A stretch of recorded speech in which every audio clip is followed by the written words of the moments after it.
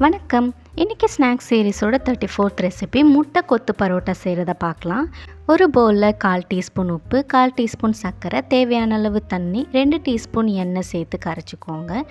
இப்போது 1 கப் மைதா மாவை சேர்த்து சப்பாத்தி மாவு பதத்துக்கு பிசைஞ்சிக்கோங்க. சப்பாத்திக்கு தேய்க்கிற மாதிரி மெல்லிசாக தேய்ச்சி தோசைக்கல்லில் போட்டுக்கலாம். ஃப்ளேமை லோவில் வச்சு கட் பண்ண வெங்காயம், தக்காளி, கருவேப்பிலை, கொத்தமல்லி, 2 முட்டையை உடச்சி ஊற்றிக்கோங்க. 1/2 டீஸ்பூன் கரம் மசாலா, 1/2 டீஸ்பூன் மிளகாய்த்தூள், 1 டீஸ்பூன் மல்லித்தூள், 1/2 டீஸ்பூன் சீரகத்தூள், 1 டீஸ்பூன் மிளகுத்தூள், 1/2 டீஸ்பூன் உப்பு, 1 டீஸ்பூன் எண்ணெய் சேர்த்து முட்டையை லேசாக கலந்து விட்டுக்கோங்க.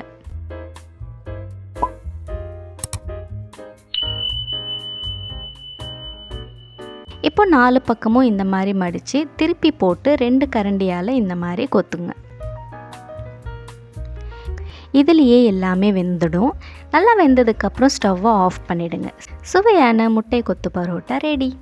லெமனை பிழிஞ்சு கலந்து சாப்பிட்டு பாருங்கள், டேஸ்ட் ரொம்ப நல்லாயிருக்கும். இந்த ரெசிபியை ட்ரை பண்ணி பாருங்கள். பிடிச்சிருந்தா லைக் பண்ண மறந்துடாதீங்க. இதே மாதிரி நிறைய வீடியோஸ்க்கு ஹோம் டேஸ்ட் சேனலை சப்ஸ்கிரைப் பண்ணுங்கள்.